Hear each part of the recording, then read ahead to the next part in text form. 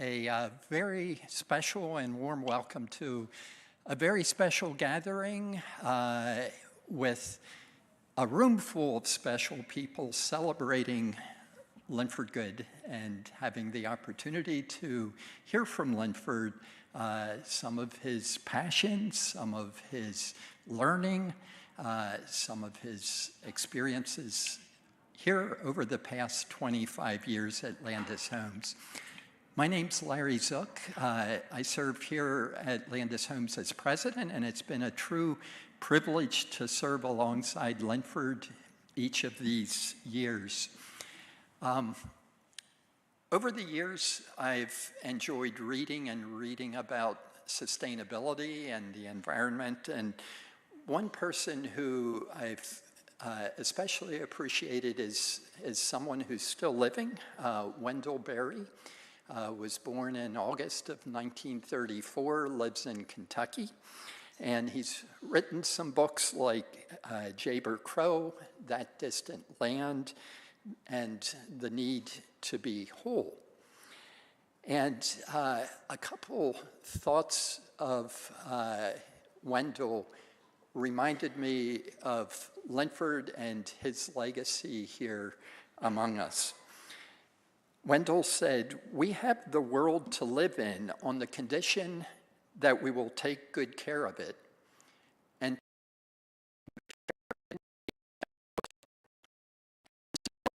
to be willing to take good care of it, we have to love it."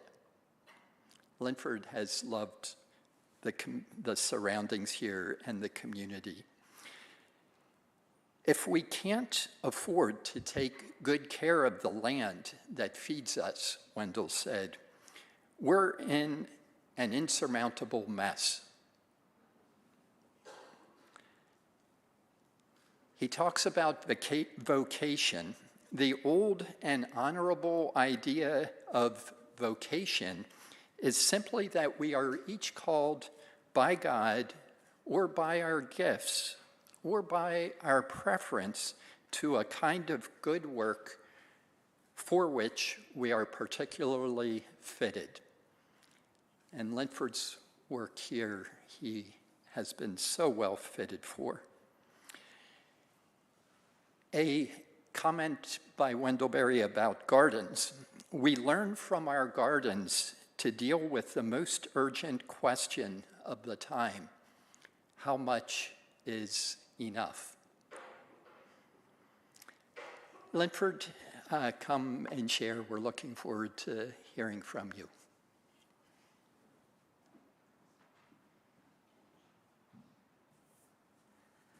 Thanks for this opportunity, and I did put some things on paper, so I prefer not to do that, but I thought I'd better do that because my brain doesn't work as well as it did 25 years ago when I could go on and on without paper. So I thought I'd start by how it is I ended up here in this kind of position. I was out of college, and my undergraduate degree was in psychology, so I sort of went the route of a lot of guys with a psychology degree at that time to think clinical psychology might be a good place. So I went to work at a mental health center, Phil Haven, and was working there and realized I like the management or administration of the place more than the clinical part. So I pursued a graduate degree in public administration, and I decided on a master's thesis that had to do with the atmosphere or the surroundings that support mental health therapy. So I administered a scale called the Ward Atmosphere Scale. Back in those days, we actually had some wards around, and the wards are all gone now. But this was a scale that measured the surroundings for mental health treatment and how those surroundings support or detract from a person receiving benefit from treatment. So that seemed like a good route to go. I went out to try to find a job. It was 1985, and there were no jobs to be had in healthcare because Medicare was changing the way it reimbursed healthcare from a system where costs could all be submitted and healthcare was reimbursed based on their costs. So there wasn't a lot of incentive to control cost. So Medicare got onto that and decided to change reimbursement to a system that was based on what it is you're treating, your diagnosis, a lump sum kind of payment ahead of time, and then the hospital needs to find a way to treat a person with that amount of reimbursement. Everyone was afraid. Soon we would all lose money. Turns out most people are pretty good at figuring out how to live within their means. So healthcare did fine, but I couldn't find a job. But I did find a job in senior living at Messiah Village in Mechanicsburg. And so this is what I've been doing ever since. The first 20 years, my focus was mostly on what I call the built environment, the buildings, and the interiors of buildings, because it was sort of going back to those word atmosphere days of doing things in the interior of a building so they're more beneficial to the occupants of the building. It was in 2005 when Landis Homes headed into the residential living expansion on South Campus that I got a whole education on how the outdoor environment is very important, both in terms of the future generations and the health of our earth, but also in how it benefits people and the mental health benefits of being outdoors in a setting that provides rest and relaxation and rejuvenation and appreciation of wildlife are all very beneficial.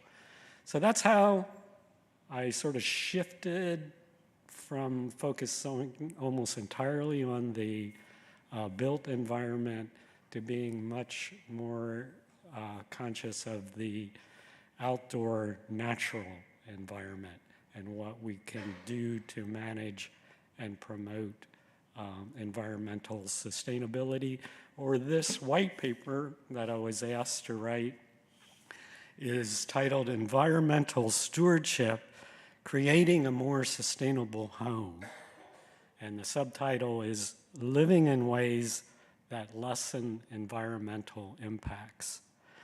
So I'm starting with why environmental stewardship at Landis Homes.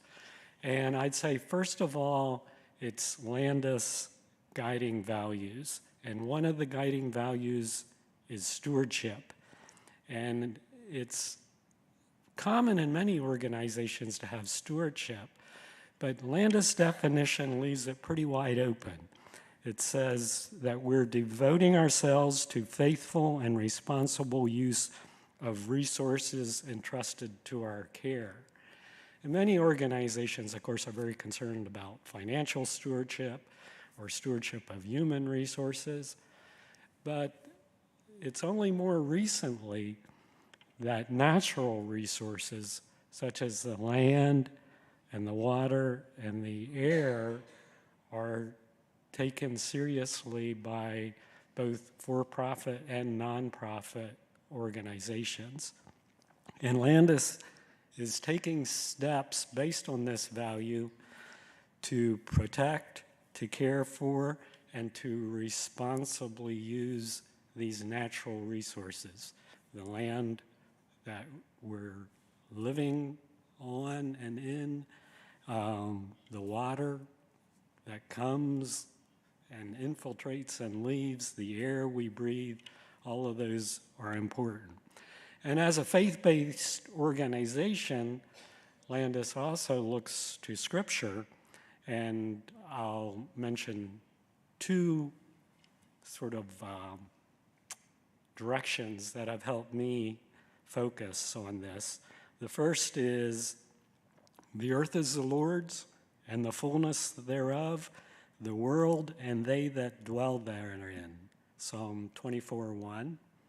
And the second, the Lord put the man in the Garden of Eden to take care of it and to look after it. Genesis 2:15. So from that faith-based tradition and Scripture, we can come to the place of understanding our role as to be the steward or the caretaker of the earth. And it's our home. We live here. It's important that we are responsible caretakers that find ways to meet our current needs in ways that don't sacrifice the ability of future generations to meet their needs. And that's where historically there are times that societies have and continue to head in directions that meet our own needs but sacrifice what future generations are going to need to meet their needs. So by looking at both Landis Home's guiding values and Scripture, I'd like to go over some ways that Landis is practicing environmental stewardship. And I'll start with sustainable land use practices. And the first is the site or selecting the location for senior living communities. And in sustainable site selection, an already developed site that uses existing infrastructure is the greenest way to go. It helps preserve open space, farmland, and natural lands. And if that already developed site is in an urban area, it also protects other things like air and water quality. It reduces the distance that people need to drive. It makes walking easier. There's more opportunity for public transit. So I'm holding that up as a way that Landis is making some good decisions in site selection for Steeple View Lofts and for Landis Place on King. They're both locations that were already developed. They weren't green fields, and that kind of site is as green as it gets. Another way to more sustainably use the land is to look at ways to conserve water. Water is one of those resources that is plentiful here, but in many other parts of the US and many other parts of the world, it's not plentiful. It's very scarce. So although we have plenty here, there are ways we can use water more responsibly that help us understand the importance of water. And one is through rainwater harvesting, which I learned about on South Campus. In South Campus, we included rain barrels. We included cisterns to collect roof rainwater in the hybrid homes at 1500 Wisteria and 1523 Wisteria. And that concept of collecting and using rainwater helps to understand the importance that it's falling from the sky. It can be collected and used in very beneficial ways. So that has been happening here on campus, and conserving water is also what leads a lot of landscape decisions as far as plant material. So if there's trees and plantings that require no irrigation, it also makes a big difference. In those parts of the country that are scarce on water, almost all the plant material needs to be irrigated regularly. And that uses a lot of water. So we sort of wax and wane here at Landis as far as plant material. It really went to no irrigation in the early 2000s when there was drought years. And drought emergency was declared, no watering. So all the planter baskets that we had hanging from streetlights all died. All the annuals we had planted died because we weren't going to water during a drought emergency. So that, at that time, led to a decision, we're not going to plant annuals. And we planted all perennials for several years. Well, that, in the last couple years, shifted a little away from that to saying, well, annuals add a lot of color and a lot of enjoyment, and they do. So we are planting some annuals again, and you see those baskets hanging from the streetlight again, and you see someone watering them almost every day. So that'll be great until there's a drought. And then I'm predicting some year you'll see a bunch of dead baskets hanging from the streetlights. So that's something that waxes and wanes with people's preferences and appreciation of plants. Some annuals I plant, but I try to plant as many perennials and natives as I can that don't require much, if any, irrigation other than to get started initially. From water conservation, now head into the big one that I'll have to be careful because I could talk days about this, and that is stormwater management. Sustainable stormwater management focuses on reducing runoff and improving water quality through natural processes that absorb the water and filter the stormwater so that when it gets to a stream or river, it's in a condition that isn't going to pollute that stream or waterway. It minimizes erosion and flooding and various types of pollution. So at Landis Homes, that headed us into a number of things on South Campus, such as bioretention basins and swales, which at the time and continue to sometimes be called rain gardens, which I've sort of moved away from because it sounds like it would be a garden, and it's not really a garden, it's a natural landscape. Natural landscapes may or may not be garden-like. They might be more like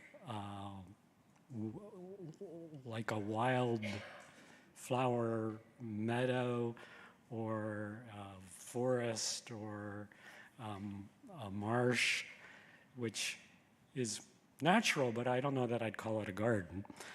And other things that went in included porous pavement and native plantings and trees. And the biggie was a floodplain restoration on that South Campus. So that happened in 2012 as far as building building that floodplain. And what it involves is taking out sediments that were deposited in the floodplain over many years. And in Landis Homes' case, as in many cases, it's because a dam was built for power. And of course, the dam fills in with sediments. And at some point, after electricity arrived, there's no need for power from the dam. The dam is breached, that sediment remains, and as the stream flows during storm events, it cuts a channel through that sediment, sends sediment on its way, but then until all that sediment comes out of there somehow, every storm event, there's erosion happening from that deposited sediment. It's eating away at the sides of that channel that was cut through the sediment. Every now and then it falls in, and eventually it would all move on. I was in Costa Rica earlier this year and got to see what happens when there's a big one that clears all that out. And what a mess. Just trees down everywhere, huge dugout areas of what had been a stream, roads gone. So eventually it would clear out, but it might take a 100-year flood, which could be 100 years away. So we removed that and then replanted it. And it's 10 years now. The plants have matured, the trees have grown, there's more trees added all the time. But that floodplain restoration is one of the more sustainable ways of managing stormwater. So it's managing stormwater from South Campus. We also received approval to use it as stormwater management for the entire campus. So when East Campus is expanded with additional hybrid homes and cottage homes, that floodplain will provide a stormwater benefit to those additional areas as well. At Landis Place on King, a different strategy was needed to address stormwater, and that's a green roof that went on top of the building.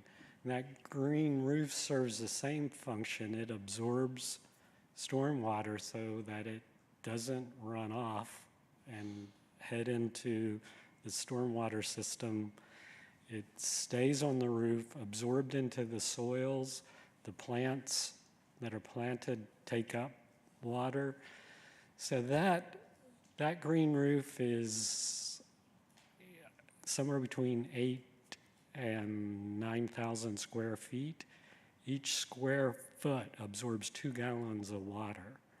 So if it's dry during a storm event, it absorbs somewhere between 17 and 18,000 gallons of water and holds it there on the roof until it either evaporates or it transpires through the plant material.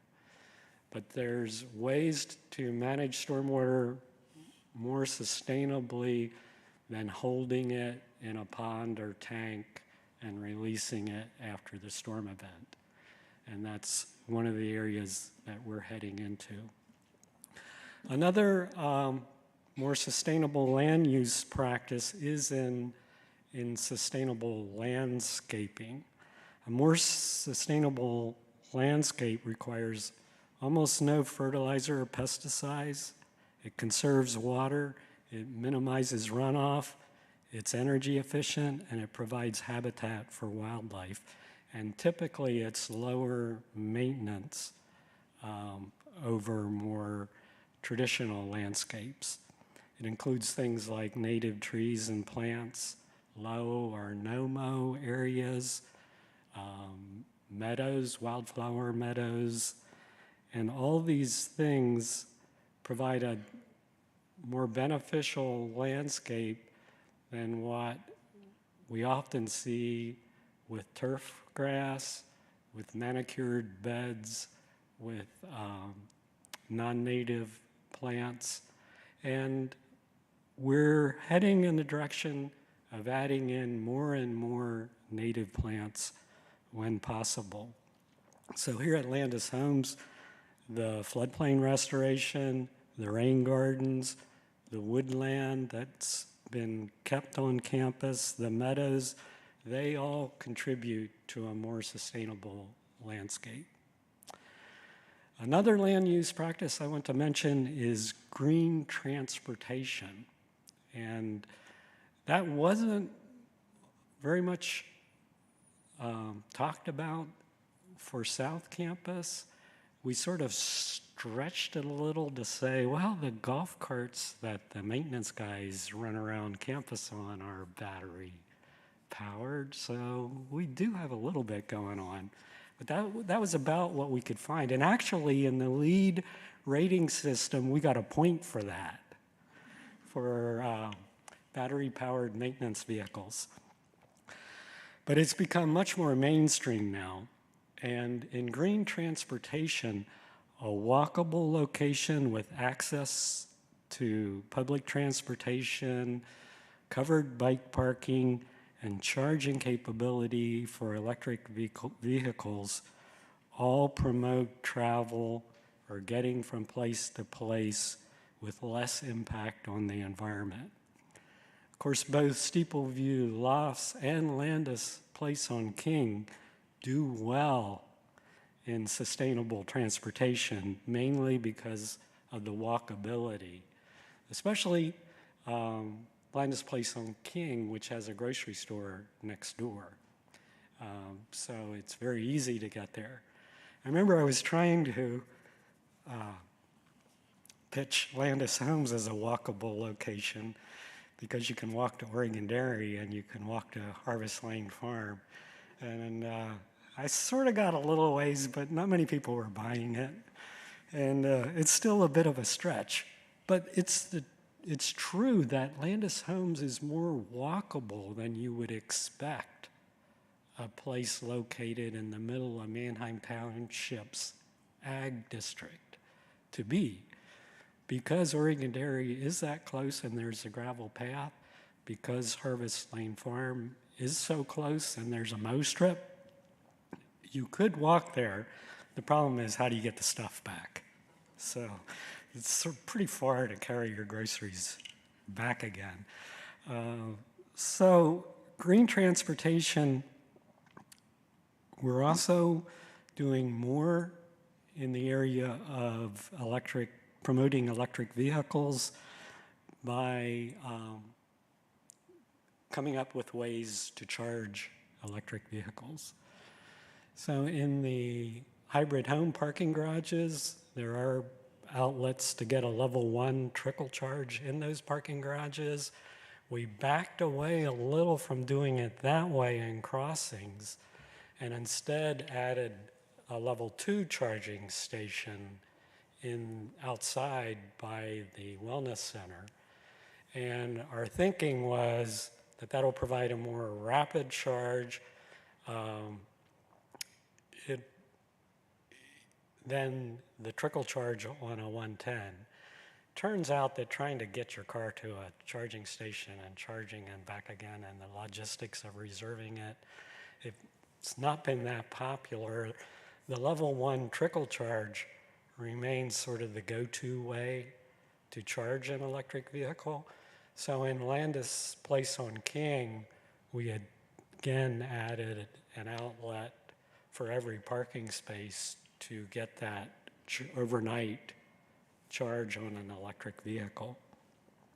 But electric vehicles and accommodating them will be an important way for Landis Homes to encourage sustainable transportation in the future.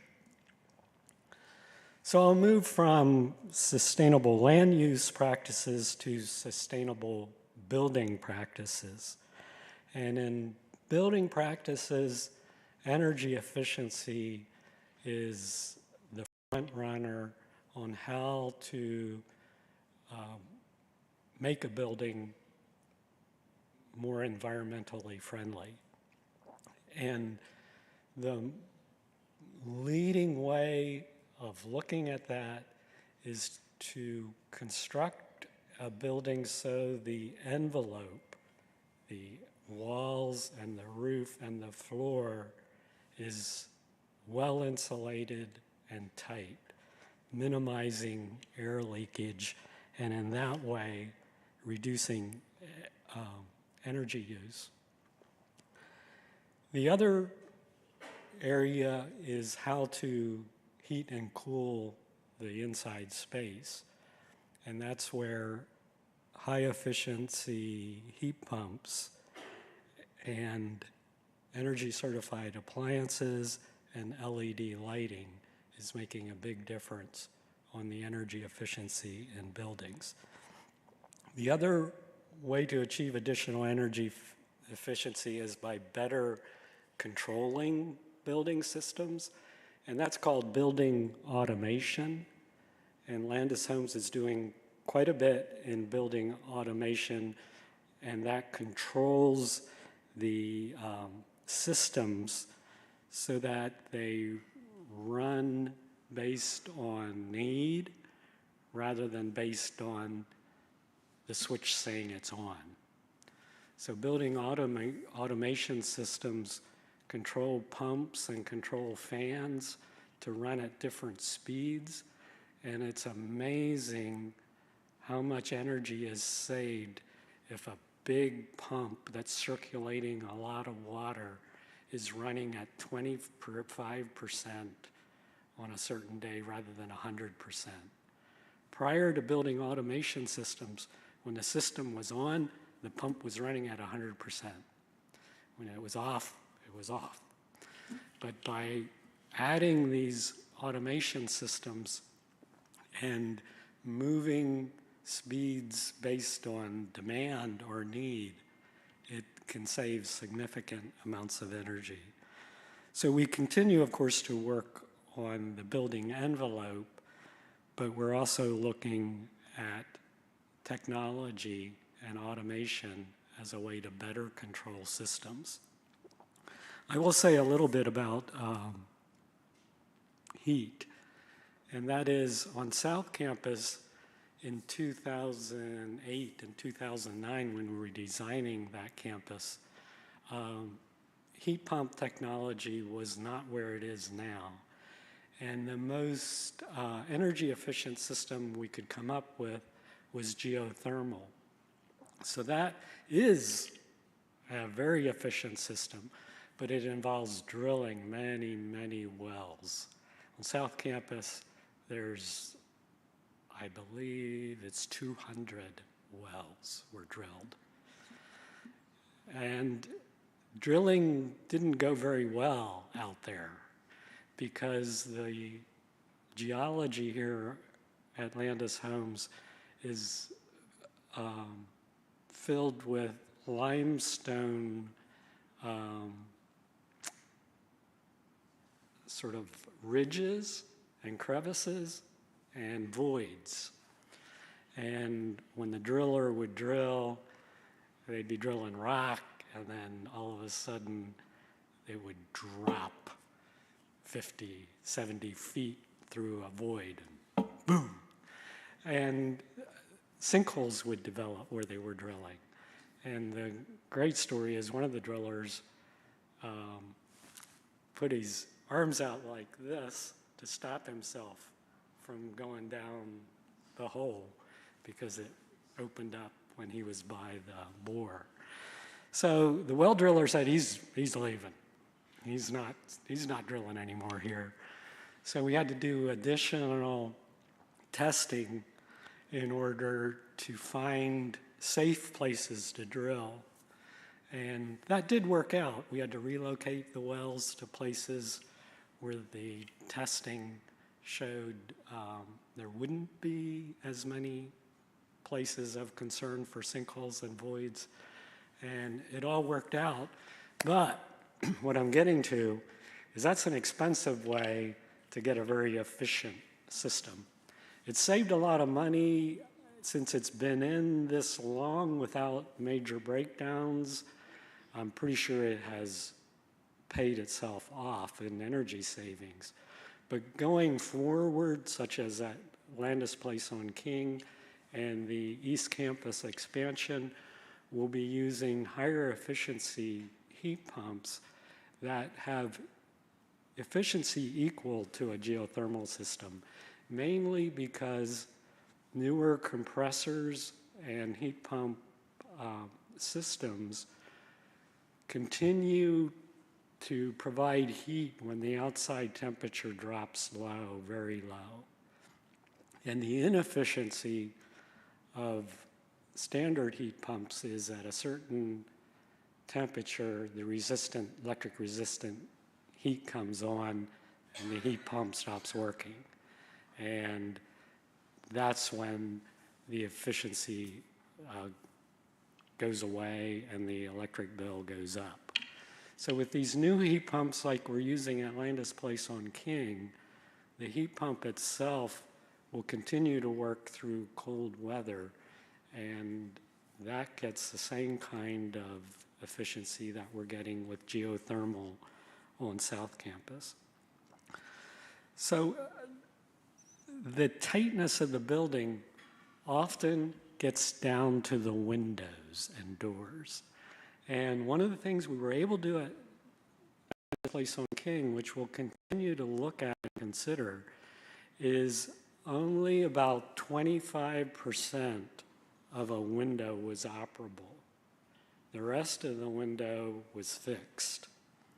And a fixed window is quite a bit tighter than an operable window, because an operable window needs to open and close and in some way seal itself. And that might look pretty good at new, but if you go around here and look at some 10, 15-year-old windows and how well they seal when they close, it leaks. And so that shift, if there's more and more parts of a window that can be fixed rather than operable, it really helps with the tightness of that window. Of course, things like the frame and the glass and the type of glass and whether it's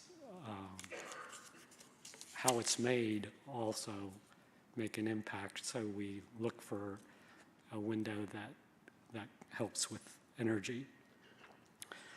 Another sustainable building practice is multi-story, and that really came into play on South Campus because a multi-story building can increase density and it can create a more compact community that's more sustainable in a number of ways, in addition to density. But that multi-story reduces the land needed for development. It's sometimes called smart growth, and it preserves green space by getting more of the homes on a smaller parcel. And Landis Homes received a lot of kudos for both the hybrid homes on South Campus and the crossings as higher density senior living that helps to provide more open space on campus and the community. On South Campus, each pair of hybrid homes is providing 25 homes on a parcel of land where 8 cottages would fit. So the yield is 3 times more homes on the same piece of land, and that includes garage parking for 25 places. So that density makes a big difference. And crossings on the same parcel of land where we had 36 homes, they were removed. We now have 79 homes plus a wellness center, plus offices, plus a restaurant, a bank, a pharmacy, an auditorium, a meeting room, all of that on the same plot of land that prior to development we had 36 homes. So that shows the benefit of multi-story in terms of density. Another sustainable building practice is in looking at the source of the power. And green power is an important part of a sustainable building. So that's electricity that's produced either from solar or wind or low impact small hydro generation. It's something that is becoming more and more available as large commercial solar arrays are being constructed, as wind turbines are being constructed, as smaller scale hydro generation goes in place. It's becoming more available to purchase. And that's the strategy that Landis Homes has been taking since 2010. And Landis Homes has been steadily increasing the percentage of purchase power that comes from green sources. When South Campus was built, we bought 10% green as a way to get a point on the LEED rating system. We soon increased it to 20%, and then we increased it to 35%, which is the contract that ends in December. So in January, Landis will be buying a new contract, and I haven't heard what the percentage is, but it'll be more than 35. Larry, do you know what it is? Not for certain. I know I've been encouraging at least 50, and I'm pretty sure it'll be at least 50, but I've heard we've done pricing for 75% and even 100% green. So some of it is a financial decision, and of course, some of it is also an environmental stewardship decision. But it's good to see more and more green power coming into play on the Landis Homes campus. Indoor air quality is another sustainable building practice. So the fresh air capability, or the air exchange system that allows those tight buildings to conserve energy while still maintaining a comfortable temperature and getting clean, fresh air, becomes another whole area of building technology that really wasn't as important, or it wasn't even in play when buildings were poorly insulated and windows leaked. Didn't need to worry about fresh air, because you're getting plenty of fresh air. So with the tight building envelope, we need to look for ways to bring fresh air into the building. And that happens through mechanical systems, treating fresh air that comes in and recirculating it and capturing the heat or the cool in the air that's leaving before it leaves, and using that energy to pre-treat the fresh air coming in so it's not as cold or as hot as it would be otherwise. So it's a whole circular system of exhausting air and bringing in air and capturing the heat and cool in the air. So these are called energy recovery units, and you see them on the roofs of buildings. And maintenance has a love-hate relationship with energy recovery units because it's technology. And technology sometimes works and sometimes it doesn't. And so it's an area of learning how to operate and maintain these recovery systems that are designed to bring in fresh air. But there's an example of a great improvement. That was in Ephrata House. Ephrata House is healthcare, and when it was built in the 70s, there wasn't fresh air requirements. So there was no air exchange happening in that building, and that was common in nursing homes, and that's why you could have in your memory the smell of a nursing home.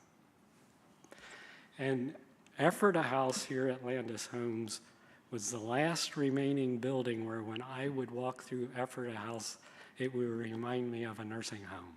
Well, it was a nursing home, but nursing homes these days don't smell like nursing homes like they used to. So when we renovated Ephrata House, we added a system of exhausting air and bringing in air, and it's that unit that sits up on the roof near the entrance that we couldn't find a good place for it. And Eric McRoberts, who is here, said, "You don't want it there." So it's still there. We tried to screen it a little bit, but it's there. But it's doing its job, because you walk through Ephrata House, I no longer get that nursing home, which is sort of we won't describe it. Adaptive reuse is another sustainable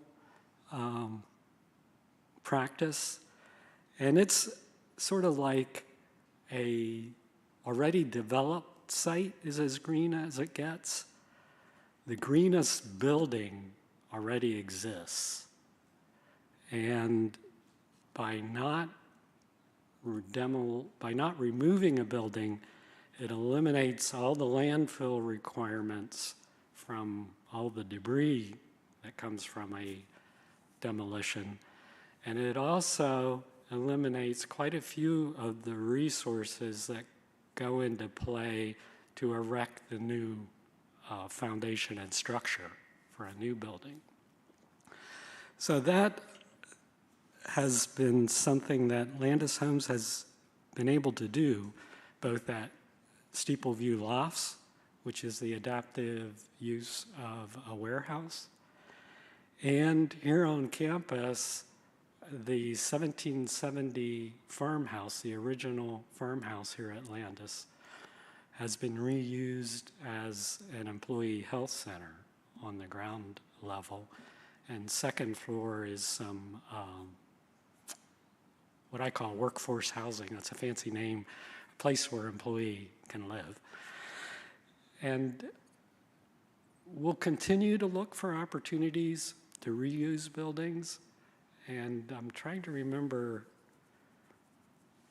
I think there's some mention of additional things that Landis Quality Living will be doing in new housing, and adaptive reuse will be in play there, especially in affordable housing, to look at reusing all kinds of structures for more affordable housing. Another sustainable building practice is daylighting, and that is placing windows and skylights and other openings so that direct or indirect sunlight can provide effective inside lighting. And that is not only great for reducing the use of artificial light, but it's also great for the feeling of the space. And this space is an example. For years, this space had valances that completely covered the arch shape at the top of the window. The sheer curtains were always closed, never opened. And there were fabric panels on each side in front of the shears that covered part of the opening. So you couldn't see out ever because the shears were always closed. And during various renovations here, we took baby steps at doing something about that. When I walked in today, I was delighted to see everything open. Now you still need, the reason they were put in was for direct sunlight control, which Chris Gilroy just managed by pulling a blind, which is more effective than a shear would have been. And he only needed to do one spot. So this side can stay open, most of the others. So that's an example of daylighting. But there's many other examples here on campus where adding windows, adding skylights, adding solo tubes, which are tubes that go up through the attic to a sort of a concave piece on the roof that concentrates light down through the tube into the space, into the interior space. Removing walls all open up to the outside. And bringing that outside in through daylighting makes a big improvement to the environment. If you want to take a walk around here to see that, just go down to Westview to the center stairs and look up. So there, skylights were opened up through the roof trusses to the roof, so there's natural light flowing down through that center stairs in Westview. If you go over to garden room and azalea room just next door, in azalea room, the one leg toward Harvest View was windowless and no natural light. And there, if you look up now, you can see through the trusses 2 skylights, and there's natural light coming into that azalea room. If you're at the entrance to garden room, there's natural light coming in 3 windows into that space. Those 3 windows were not there. We cut those 3 windows in when the garden room was renovated in 2012, I think. But that just brings in light from another side of the garden room, so you now can see through the building. There's also windows in this little library area by the mailboxes that were in offices before. Those offices were removed, so now there's another sight line through the building. So that's daylighting. It also has happened in Aspen, Birch, and Cedar personal care, where the 4 wings come together to create a hub in all of those buildings. There were rooms right up on all 4 sides of that hub. That hub had no natural light. Well, when it was built, it had a skylight. So there was some natural light coming in. But during the energy shortage drama in the 1970s, a suspended acoustic ceiling was put in under the skylights with fluorescent lighting in the acoustical ceiling so that it would save energy. So when Aspen, Birch, and Cedar were renovated in 06, 07, and 08, those ceilings were taken out. We opened up to those skylights, so now there's light coming into that area. We removed a room in each wing, and now there's natural light coming in from outside at patio ground level also. Those kind of changes of bringing daylight into a building make a dramatic change to that indoor feel and atmosphere and just the lightness and the brightness of the space. Renewable energy is another sustainable building practice, and that's energy derived from natural sources. It's sort of like green power, but it's a little different. And it has various sources, including geothermal. So geothermal on South Campus is a source of renewable energy. In other words, it takes heat out of that water in the winter and recirculates it back through the ground where it's replenished. So it keeps reusing it. In the summer, deposits heat in that water and it takes it down and gets rid of it down there, and it comes back cold again. So that renewable energy is a great source, and it's working very well on South Campus. We've also done some small-scale solar, very small scale. There's quite a few attic exhaust fans on campus that run on solar. And it's a great use because the only time you need attic exhaust is when the sun's shining. When the sun's shining, the attic exhaust fan runs. The other place we put it in, I don't see any IT guys here. I don't know if it's still in use. We have Wi-Fi access points on street lights that are powered by solar. Now, I'm not certain. The Wi-Fi keeps changing on campus, so I don't know if those access points are still used. But we have dabbled with solar. Going forward, that's going to become more prevalent, and Landis going forward will be looking at places and ways to add some solar generation here on campus, in addition to all the green power we buy. Water conservation is not only a part of a sustainable site, it's also part of a sustainable building. And that's mostly in the area of low-flow fixtures, Energy Star appliances, and leak detection. So water-saving fixtures have become standard, and a lot of that is achieved through the aerator that's on the faucet. So the downside is it's pretty easy for anyone to bypass the water-saving features on faucets by screwing off that aerator.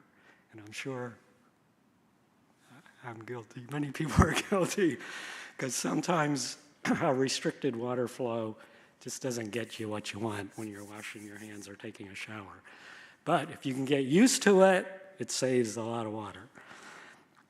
Effective waste management is another sustainable feature, and both during construction and through operation of buildings, an effective place for waste materials so they can be diverted from the waste stream and properly transported to a recycling center is an important part of sustainable. I'm probably preaching to the choir here because many of you know more about recycling than I do, and lived through times when it was a necessity, not just something you did to try to live green.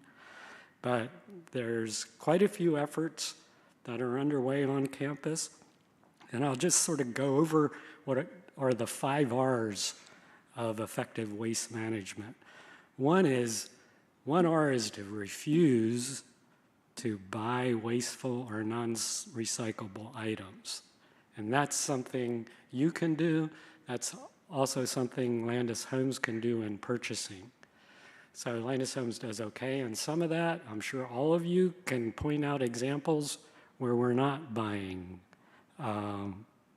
items that are recyclable. The second R is to reduce the use of items that generate waste. So you can find things, ways of buying things that don't produce waste in the first place. Or you can reuse items instead of buying new ones. And that's where some of you would win awards for reusing things multiple times for different purposes before it's used up. Repurposing is another way to handle waste. And repurposing is sort of like reuse, but in repurposing, you find another use for an unwanted item. So there's all kinds of creative things that can happen with repurposing an item. And sometimes it involves artistic uses or creative ways of using things that otherwise would be thrown away. And of course, if you didn't refuse, and you didn't reduce, and you didn't reuse, and you didn't repurpose, you want to recycle. So recycle is taking an item and placing it in a place where it can be transported to a place where it can be used to manufacture something new. That got me to the end of the list I had there on sustainable building practices. So I want to briefly hit two more areas that Landis Homes is heading into on reducing, on environmental stewardship, and that is reducing greenhouse gas emissions. So Landis Homes is pursuing strategies to meet a target of 10% reductions each year over 5 years, so that by 2026, we have a decrease of 50% from the 2021 level, which was our initial inventory. So some strategies we're taking, one is most are involved in decreasing emissions. And one I've talked about before is purchasing more green power. In 2021, 71% of our CO2 emissions were related to electricity we purchased from generators that were using natural gas and coal to produce that electricity. So that's a lot of our greenhouse gas emissions are coming from the electricity we purchase. So buying more green power really makes a big difference on emissions. So in 2022, we're just finishing up the inventory, and I'm pretty sure the results will show we got our 10% reduction in 2022 by increasing our green power from 20% to 35%. In 2023, I'm less optimistic that we'll get another 10%. But in 24, if we buy 50 or 70% green power, we'll get another big reduction of maybe up to 20%.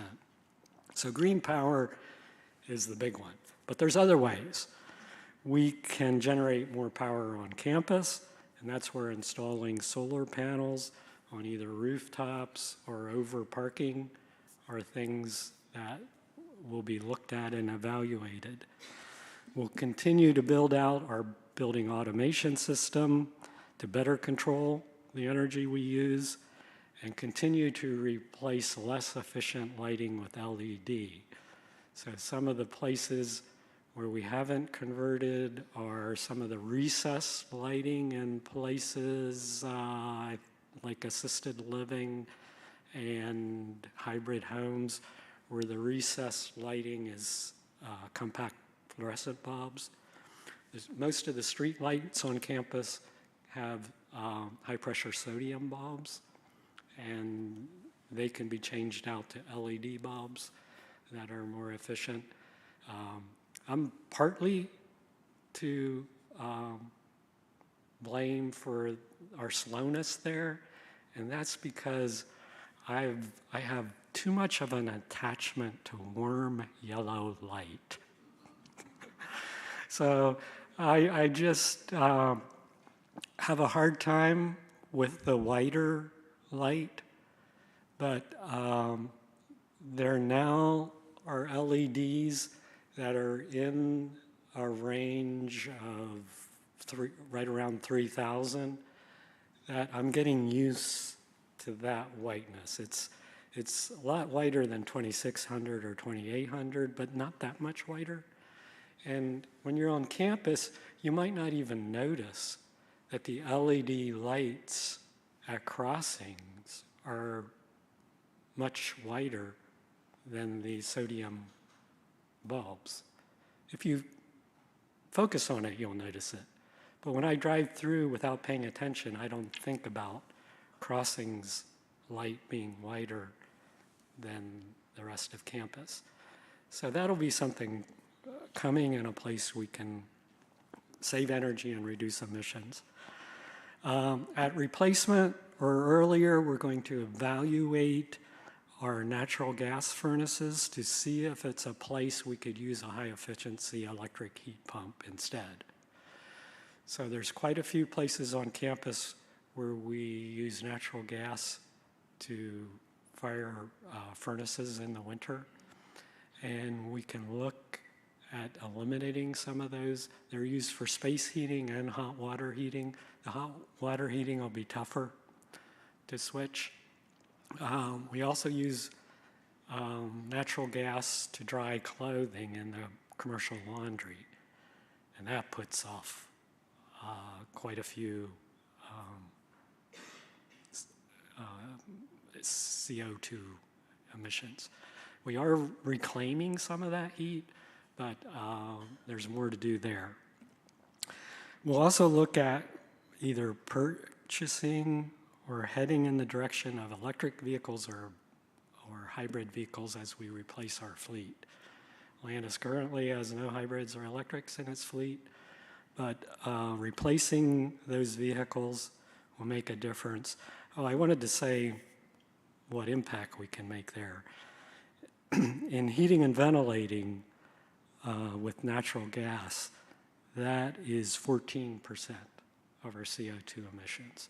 So that's a place we have some room to knock that down a little. Transportation is another 11% of our CO2 emissions. That's from burning gasoline and diesel in the equipment and vehicles. So both moving some of the vehicles to electric or hybrid and purchasing more equipment that runs on rechargeable batteries rather than internal combustion engines will make a difference. And Grounds has been purchasing some rechargeable battery blowers and trimmers and vacuums and trying them out, but that technology will continue to develop. The last way to reduce greenhouse emissions was new to the person doing our inventory, and they responded to our request to say, we want to measure the carbon that's sequestered on our campus through the landscape. And this is an area that often in measuring greenhouse gas, the measurement is on the emissions, not on what is being captured or sequestered by the building or the property. So we were able to measure that so we can know if we increase the amount of CO2 we're capturing on campus. And it's captured in the landscape, in meadows, in wetlands, in trees, in Lehman woods, in the various plants on campus. Even turf grass captures some CO2. Unfortunately, the CO2 emitted in taking care of it and fertilizing it pretty much cancels out what it captures. So that's why a more sustainable landscape that doesn't require as much mowing or fertilizing does provide more capture. So over time, we'll look at the area of turf grass, the area of mulched beds, the area of hard surface to see if we can decrease that some and increase the types of landscape that capture CO2. And the biggest capture happens in wetlands, and about the same are forests or woodland. So Lehman woods and the wetlands capture pretty much CO2. I think it's 60-some metric tons. So if we can increase that some and decrease some of the emissions, that makes a difference. I want to close by saying another strategy that's happening here at Landis Homes is to encourage and support volunteerism. And that is the Friends of the Woods and Wetlands. It's an informal organization of Landis Home residents who volunteer their time, their talent, their expertise, and their effort on behalf of the plants and wildlife on the campus, especially in the wetlands and the woods. And that group's activities include removing invasives, establishing more native species, studying environmental issues, making recommendations to management, and volunteering to help to steward and take care of that sustainable landscape. They also encourage the involvement of other residents, and they provide environmental education not only to residents but to the broader community.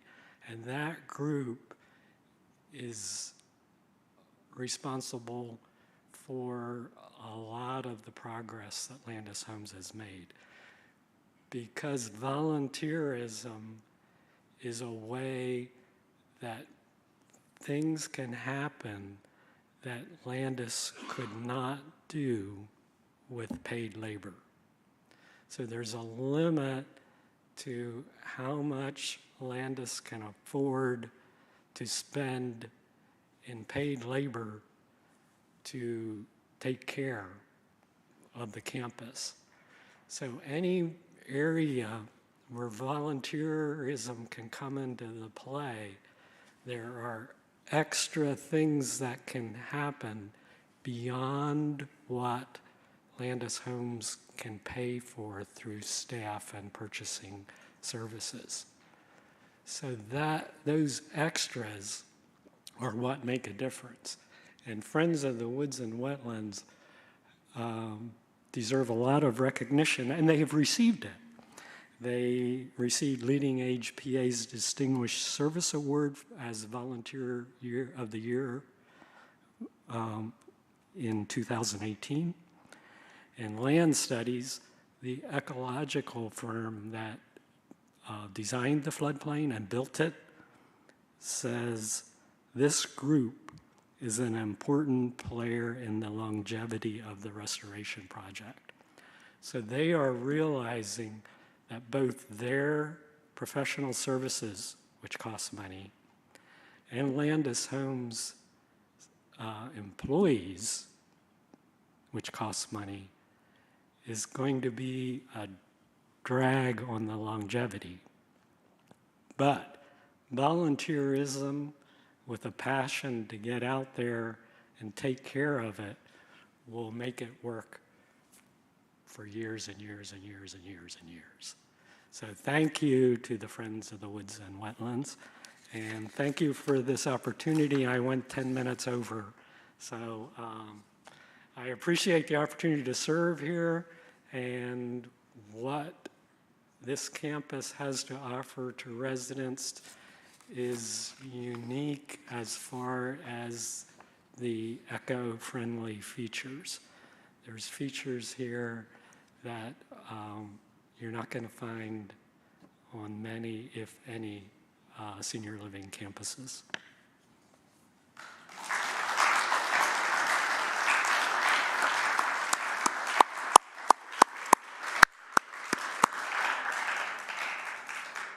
Thank you so much, Linford. The applause was one heartfelt expression, and I know each of you have deeply benefited from and appreciated Linford as well. And I appreciated Linford's turning it around and saying thanks to the Friends of the Woods and Wetlands as well. Each of you who have been part of that have been a blessing. While Linford was sharing, I just checked in with Corey Hamilton, our CFO, who's working at some of the electricity negotiation, and the target that he's looking for green energy is the 70% level that Linford mentioned. Our goal would be to get to 100 in the future. So again, thank you. Linford, are you able to be here for a little bit for folks to chat and say hi? Thank you all for coming, and go in peace. Blessings.